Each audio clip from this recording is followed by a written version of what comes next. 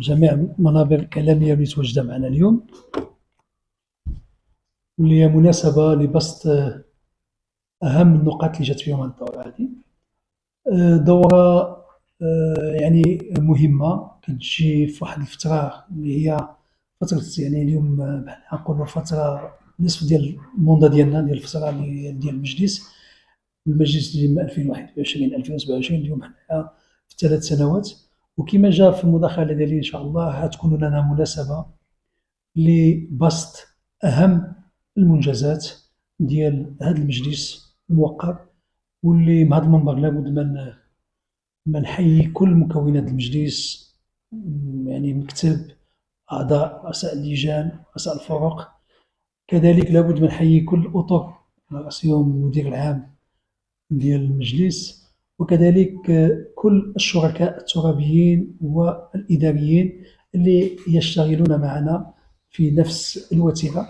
اليوم هذه محطة، اللي كنقول محطة ديال 3 سنوات إن شاء الله، غتكون هناك أرقام، غيكون هناك يعني بيانات، غيكون هناك قطاعات كيفاش يمكن اشتغلنا عليهم، وكيفاش يمكن نجلسوا مع، يعني اليوم هذا ان شاء الله غيكون لقاء غيكون ان شاء الله مع المنتخبون، وكذلك مع الرأي العام، يعني مع المجتمع المدني ومع الهيئات الاستشاريه اللي كتواكبنا كذلك واللي معنا في المجلس. علاش بغينا نعملوا هذا؟ في حق ان اليوم حنا كمسؤولين ترابيين، فقبل ما ندخلوا في مسار ثاني قلنا بان المسار الاول انا نشوفوا كيفاش يمكن ماذا حققنا، الكراهات اللي كتلعب كاكراهات كرافواج، يعني كاين اكراهات اللي هي كنشوفوها في التجاوب، يعني في التجاوب بعض القطاعات، او بعض الاكراهات الاداريه، او بعض الاكراهات اللي كنحصلوا عليها. فهذا بغينا من باب المسؤوليه خصنا نشوفوا ونوقفوا وقفه تامل، رجل واحد مع كل يعني المنتخبون اللي معنا، وكذلك الشركاء ديالنا. هذا من باب الأول. كذلك لابد من نهنئوا كل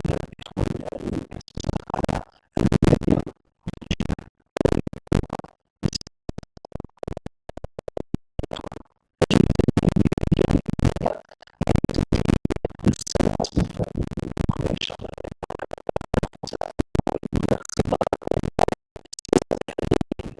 السياسات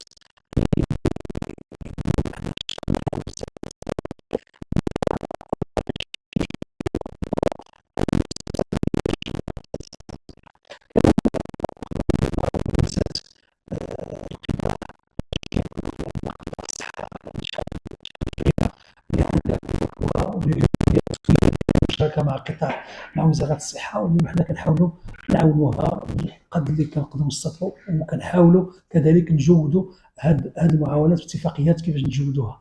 كذلك هناك قطاعات اخرى، قطاع الماء. اليوم خطاب صاحب الجلاله الاخير كيحثنا على الاشكاليه ديال الماء وكينبهنا. اليوم حنا كذلك تنزيل السياسه ديال سيدنا الرئيس وسياسه الحكومه، فحاولنا باش نلمسوا الاشكاليه ديال الماء داخل هذه الجهه. هناك كذلك بعض النقاط المهمه اللي لمست ما هو ثقافي، ما هو رياضي، ما هو سياحي، ما هو كذلك اللي يمكن تنميهي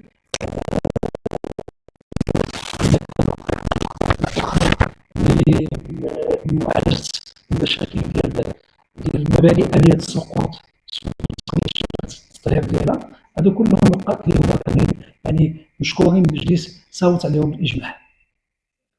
هذا يعني بعجاله اهم النقاط اللي حاولنا اليوم درجناهم في جدول العمل. وهذا لا يعني بان لابد نشكروا قبل، يعني هذا كان هناك تهيئ داخل اللجان. كنشكر دائما نعاود نشكر كل الاخوان والاخوات اللي اشتغلوا داخل اللجان لتجويد هذا العمل،